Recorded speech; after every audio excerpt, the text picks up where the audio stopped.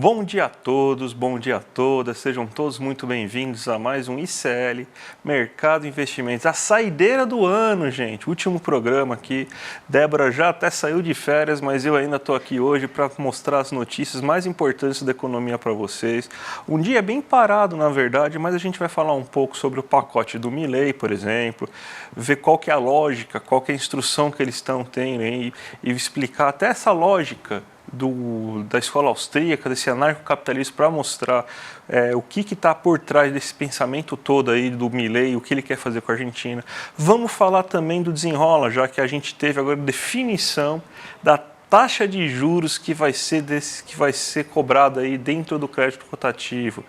Vamos falar de muitos assuntos hoje, mas como sempre então, gente, vamos começar com a notícia aí que a gente sempre coloca aí na nossa tela para vocês, a notícia dos nossos mercados, que a gente tem então que algumas coisas podem influenciar hoje aí durante o dia, né? Porque a gente tem mercados nos Estados Unidos ainda, a gente ainda tem a Ásia já fechou devido a algumas preocupações, inclusive que a gente está mostrando aqui. Então, gente, a notícia aqui do nosso mercado, aqui do nosso site aqui para vocês terem tudo bonitinho, tudo certinho. Vocês estão vendo, inclusive, hoje que não tem agenda, até porque o dia está realmente muito parado. Mas a gente vai falar aí um pouco aí das coisas que aconteceram ontem, no final do dia ontem. E a única coisa que realmente é interessante, é importante para a gente ficar de olho hoje, é justamente a questão da inflação nos Estados Unidos. Hoje vão sair dados importantes aí de inflação, dados que podem, por exemplo, consolidar e confirmar a percepção que vai ter uma queda da taxa de juros logo nas primeiras reuniões do ano de 2024 aí nos Estados Unidos. Dependendo dos dados que aparecerem hoje, a gente vai ter então uma mudança, né? Perdão, gente, uma mudança na política de taxa de juros nos Estados Unidos mais cedo do que poderia se imaginar, mas tudo vai depender desses dados que vão sair hoje. A gente também tem, por exemplo, na Ásia, né? Ontem mesmo foram divulgados os dados de inflação do Japão. Você tem uma desaceleração da inflação japonesa que estava um pouco mais elevada. Você tem, então, que nem se manteve-se a política lá de taxa de juros negativas. Então, você tem uma inflação um pouco mais reduzida, mostrando também um ritmo de atividade econômica mais reduzido no Japão do que estava sendo visto anteriormente. E mais uma inflação do setor de serviços um pouco acima do que estava sendo esperado, de 2,3%. Isso fez com que os mercados asiáticos eles acordassem um tanto quanto mistos hoje. Você teve algumas altas, por exemplo, observadas em alguns países, principalmente nesses países aí que teve algumas baixas, perdão, gente, algumas baixas que ocorreram, por exemplo, no Japão e na Ásia, justamente por causa dessa combinação de espera sobre qual que vai ser o ritmo, o rumo da taxa de juros nesse momento, e também dos Estados Unidos, e também em relação ao que aconteceu aí, os resultados das taxas de juros no próprio Japão. E a gente teve a China, né? A gente vai até colocar agora aqui na minha tela, aqui, gente, coloca na minha tela aqui, porque a gente vai colocar o Hang Seng aqui para vocês, porque o que aconteceu aí no Hang Seng que você teve uma queda tão considerável de 1,69%, é uma queda bem elevada, né? Uma das quedas mais expressivas hoje nos mercados asiáticos, justamente porque você teve uma divulgação do governo chinês que tá gerando algumas certas restrições a jogos online na China. E você tem muitas empresas dentro dessa bolsa de valores aí que são ligadas à tecnologia. Então essas restrições fizeram com que empresas desse ramo tivessem uma queda no seu valor aí de negociação durante o dia. Então foi isso que acabou acontecendo, né? Então você teve essas restrições, então essas restrições devem significar menores vendas, né, e menor rentabilidade, menor receitas desse ramo aí nos próximos meses, e isso aí fez com que essas empresas acabassem tendo uma queda no valor do mercado. Isso aí influenciou o Hang Seng essa manhã, que caiu 1,69% somente nessa manhã. E seguiu basicamente como a maioria dos mercados asiáticos nessa manhã, que tiveram um desempenho bem tímido, né? A gente já está no momento de menor liquidez, porque estamos no final do ano, né? Então você tem essa situação. O mundo esperando também os resultados aí das taxas de juros nos Estados Unidos, sempre volta-se esse tema, né, para esse dia da marmota, mesmo depois das atas, mesmo depois de tudo isso. Você ainda tem certa insegurança, agora a pergunta é quando vai começar a baixar essa taxa de juros? Então é isso que está acontecendo nesse momento. Então o que a gente tem? É basicamente isso aí dentro dos mercados mundiais. Vamos então agora falar rapidamente do que está acontecendo aí na Argentina, porque a gente teve aí que o Milei colocou aqui um mega decreto aí que o Milei colocou, né, para mudar consideravelmente a política argentina como um todo, né? E ele já avisa, né, justamente o quê? Que vem mais coisa, vem mais atuação de desregulamentação no mercado. O que a gente tem lá é basicamente o seguinte: você tinha alguns preços que estavam sendo controlados, né, mas ele desregulamentou qualquer controle de preços. Nenhum país do mundo possui todos os preços desregulamentados. Por exemplo, aqui no Brasil, né, que é um caso de sucesso no controle inflacionário, plano real, né? Mas mesmo com o plano real, depois você tem ainda o controle, cerca de 21% dos preços aqui no Brasil ainda são controlados, como por exemplo, preço do petróleo, preço de combustíveis, preço de tarifas públicas, esses são preços controlados. A partir de agora, o governo do Milei quer desregulamentar isso e fazer com que esses preços sejam variados a partir de oferta e demanda. Essa é a lógica dele, né? Além de você tem aluguel também que foi desregulamentado, abriu espaço para diversas privatizações do setor, inclusive.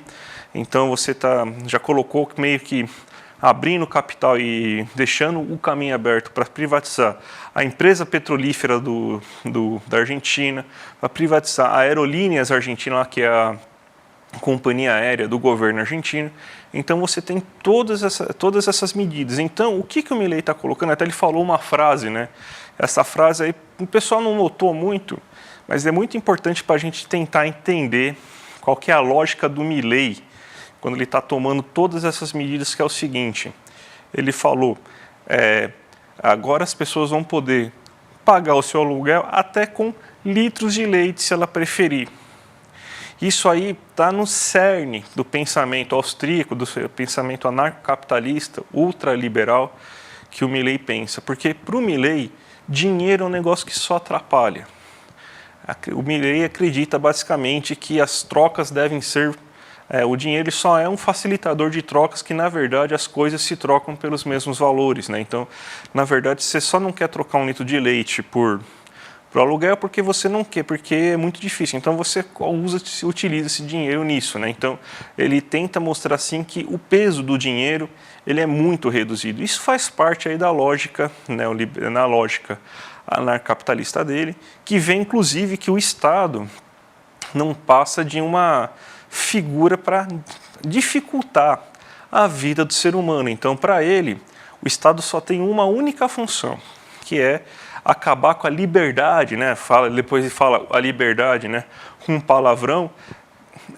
Então o Estado só serve para acabar e atrapalhar a liberdade dos indivíduos. Então isso deve ser encerrado, isso não deve acontecer. Então ele vai lá e vai tentar minimizar o Estado ao máximo. Nem que para isso, aí que está a grande contradição, você tenha a utilização do próprio Estado para conseguir garantir que as medidas ultraliberais econômicas dele sejam tomadas, até porque ele tem um certo senso de que isso é o melhor caminho a ser tomado. Ele não está preocupado justamente em resultados econômicos, até porque a própria economia austríaca fala que os resultados não podem ser medidos, né? É impossível você medir resultados econômicos.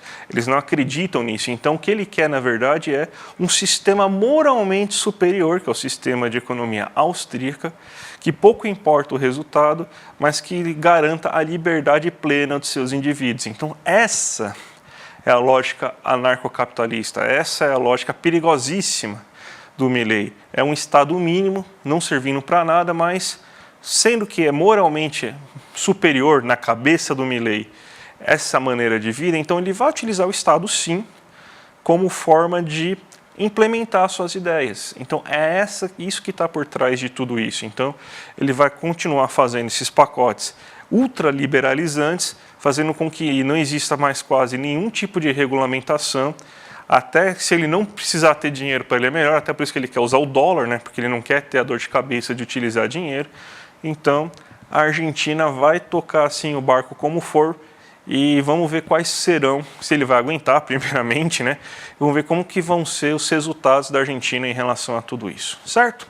Agora vamos para o Brasil rapidamente, porque a gente tem aqui um assunto interessante para a gente falar, que o Conselho Monetário Nacional, que faz parte do nosso amigo Bob Fields III, né, o Roberto Campos Neto, junto com a ministra do Planejamento, a Simone Tebet, e o ministro Fernando Haddad, eles se reúnem e definem uma série de coisas, né? Por exemplo, meta inflacionária, eles discutem política monetária e fiscal ao mesmo tempo, política monetária, mas nesse caso aí, essa última reunião do Conselho Monetário Nacional desse ano, serviu para você regulamentar o desenrola. E dentro da lei do desenrola, você tem então um teto que foi definido, né? Os bancos tiveram muito tempo, inclusive, para tentar achar outra solução. Eles, na verdade, só reclamaram e colocaram essa ideia de parcelamento com juros, né? O que é um suicídio, né? Uma situação que ia acabar de vez com o nosso comércio, que não está nada forte nesse momento, né? Então você tem que, a partir de agora, o teto do rotativo é de 100% ao ano. Para as dívidas que já foram contraídas antes, a regra passa a valer a partir do dia 3 de janeiro. Para as regras que foram contraídas antes, não vai ter mudanças. Então, o rotativo vai poder ser dos 400, 500, a gente vê, né? Tem rotativo até de 900, 1000% ao ano. Mas, a partir do próximo ano, o rotativo só vai poder dobrar a sua dívida anualmente. É muito. Continua sendo uma das maiores categorias uma das maiores taxas de juros cobradas em categoria de crédito. Continua. Mas, pelo menos, é uma situação que vai acabar um pouco com o endividamento das pessoas, porque a tarifa estava muito grande. O desenrola foi feito justamente por causa disso, né? Porque você tem uma cobrança muito elevada na tarifa de crédito, a pessoa passa a pagar 3, 4, 5 vezes a mesma dívida dentro dessa taxa de juros, então isso aí precisa ser coibido, né? Fazem-se promessas todo ano, não, se você fizer o cadastro negativo, o cadastro positivo, ficar repassando seus dados para todo mundo, a gente consegue melhorar o nosso score, as nossas análises de crédito vai melhorar.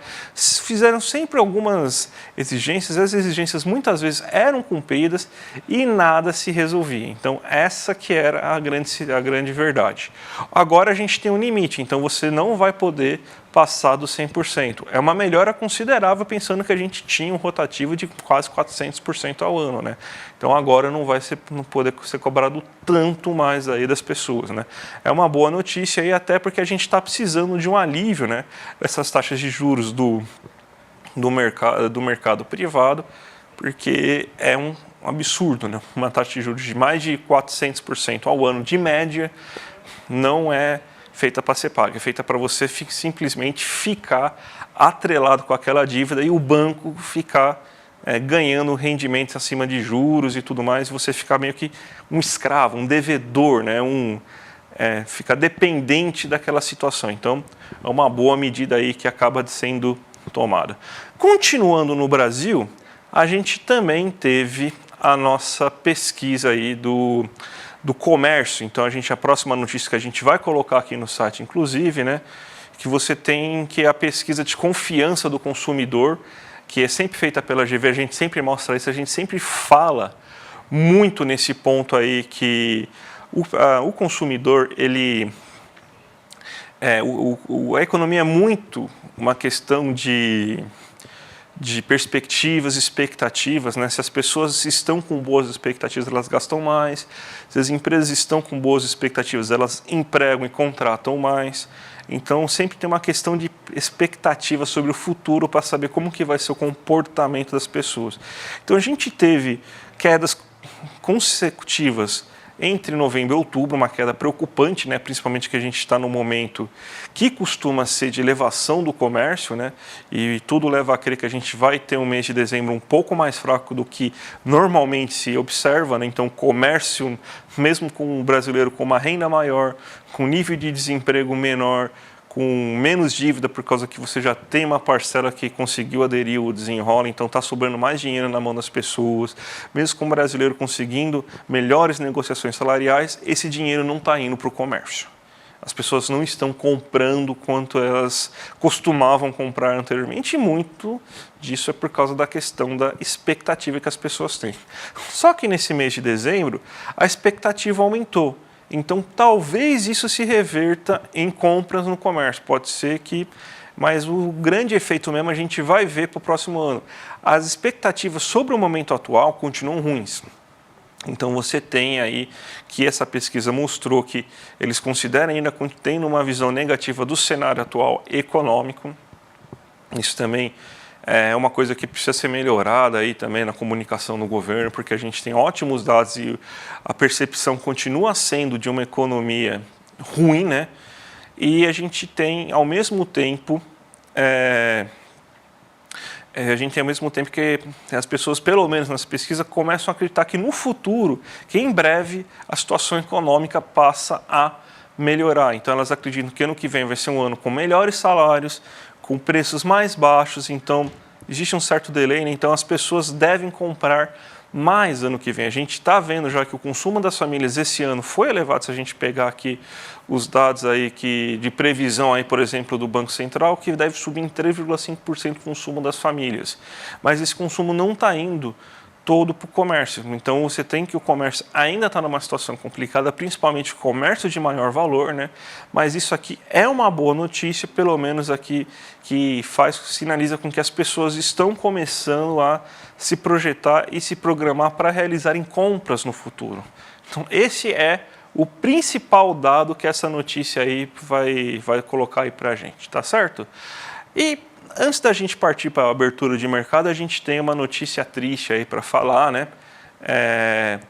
Infelizmente, aí, aos 99 anos de idade, o Prêmio Nobel da Economia Robert Solow, né, que morreu nos Estados Unidos. Ele participou de governos na Casa Branca dos anos 60.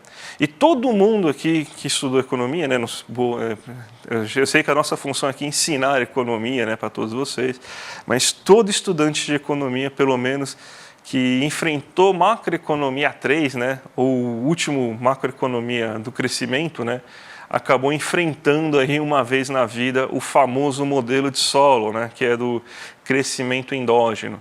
Ele tinha umas certas preocupações, é um economista que a gente pode considerar um economista liberal, né, mas é um daqueles economistas liberais que a gente tem que prezar o respeito, porque ele foi muito importante na história da economia, né? Então todo mundo acaba passando pelos ensinamentos do Robert Solow, né, uma vez na vida, e aquela coisa, pode-se concordar ou discordar dos modelos de Solow. Eu mesmo não concordo com esse modelo de crescimento endógeno, né, que fala sobre capital e trabalho, um pouco de questão de capital humano, um modelo bem liberal, né, um modelo bem difícil, inclusive, né.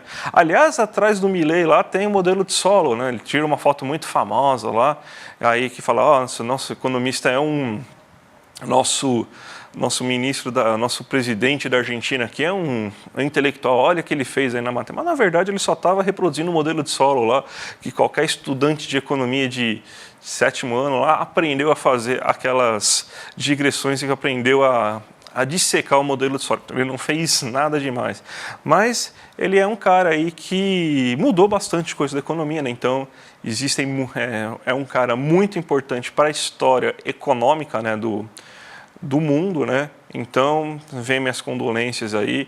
E uma última homenagem aí ao Solow, né? Que ele foi Prêmio Nobel e tal. um cara muito importante para a história da economia. Então vamos agora aqui ver como que estão os mercados. Eu vou colocar aqui na tela, aqui os mercados, então vamos colocar aqui na tela para ver o que está acontecendo, né? É um dia bastante enxuto, né? Está aqui na minha tela, gente. Aqui a tela. Tá bom, então o pessoal aqui vai colocando aí de alguns certos problemas técnicos, né? O último programa do ano, né? Não íamos sair fora disso, né? Mas o que a gente vê aqui é que você tem então os mercados abrindo em certa alta hoje, né? Enquanto você teve na China, né? Mercados quase que estáveis, né? O que não estava estável você teve queda. A gente tem aqui que pelo menos os mercados aqui no Brasil e aqui pelo menos no Brasil e nos Estados Unidos abriram com alta. A gente já bateu a máxima histórica novamente, né, esse ano do Ibovespa, e hoje você está tendo um crescimento de 0,13 até esse momento aí do Ibovespa durante essa manhã, né? A gente hoje vai ser um dia o último dia do ano com um fluxo um pouco mais considerável. A partir da próxima semana vai ser um fluxo muito baixo, né? A gente já está com fluxo baixo, está um pouco mais considerável, mas já está um fluxo baixo, que é esse período de fim de ano, você não tem grandes coisas acontecendo, né? Mas a gente tem então essa alta ocorrendo. No S&P 500, né, dos Estados Unidos, a gente está tendo uma alta de 0,31%, né? Então você tem então que na Ásia, o Nikkei 225, que é japonês, ele teve uma leve alta de 0,09%, ou seja, uma alta muito inexpressiva. Isso daí foi basicamente, a gente pode considerar um mercado estável, né? O Xangai Composto teve uma queda de 0,13%, né? Aí você vê também a questão aí dos dados dos dados aí de tecnologia chinesa lá, que você tem essa restrição para jogos online, influenciando também, né? Mas você vê que não foi uma queda tão considerável quanto foi do Hansen que a gente mostrou agora nesse momento, né? A gente vê que o dólar está tendo uma queda, 4,86, né? Então até um pouco de reflexo da alta que está ocorrendo aqui no Ibovespa, que geralmente quando você tem alta no Ibovespa é muito de fluxo de capital estrangeiro entrando, e isso daí significa também negociações em dólar, então você tem que o dólar está caindo para 4,86. O DXY também, o dólar perante seus pares, também está tendo uma queda de 0,22.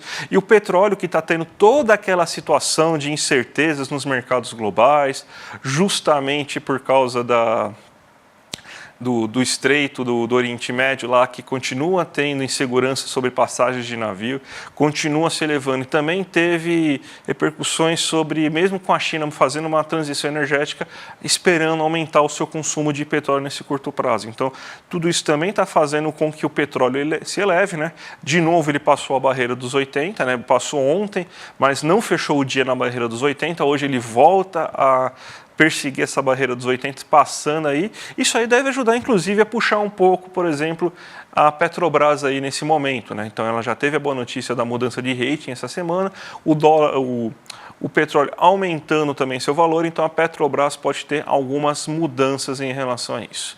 Tá certo, gente? E lembrando, gente, porque a gente tá tendo aí, já foi lançado ontem, né? O grande documentário aí do Padre Júlio Lancelotti com o Leonardo Boff e também com o Chico Pinheiro, né? O especial de Natal, né? Que eu vi alguns trechos muito bons, né? Quando ele fala da questão, por exemplo, do que ele considera assim, as partes iluminadas da cidade, justamente aquelas partes onde Jesus não poderia entrar, né? Você também tem um trecho que ele fala que Jesus provavelmente estaria numa dessas regiões da centro da cidade que estão completamente abandonadas. Então, já saiu o segundo episódio, né, desse nosso documentário exclusivo de série, desse especial de Natal aí. Então, eu recomendo, vocês que são alunos, já está disponível. Você não é aluno, faz lá seus 15 dias de graça aí para ver. Aí, quem sabe você consegue aí também... começa a gostar e fica de vez aí com a gente aí para sempre, até porque vocês sabem que isso aí que financia tudo isso que vocês estão vendo, essa luta pela esperança. E, gente, hoje é o último dia daqui, né? Mas ainda tem ICL, né? Vai ter ICL, algumas lives especiais semana que vem. E o dia continua no ICL, já que às 5 horas da tarde a gente tem o rolê ICL com o William De Luca, Então vai ter o especial de Natal, inclusive, né? Provavelmente eu vou ser achincalhado lá novamente, né? Então ele deve estar preparando alguma coisa aí para fazer aquele seu grande webbullying com a minha pessoa novamente, né? Mas vejo às 5 horas da tarde o Rolê ICL com o Irã De Luca. Às 6 horas da tarde a gente tem o ICL Notícias segunda edição com a Gabi Vará, Chico Sai, Chico Pinheiro. E às 7h30 da noite o César Caleron e a Robertinha Garcia no Sinapse, né? A programação ao vivo acaba hoje, pelo menos aqui, mas a gente vai ter uma série de lives semana que vem. Então fiquem ligados aí que a gente não vai abandonar vocês esse fim de ano.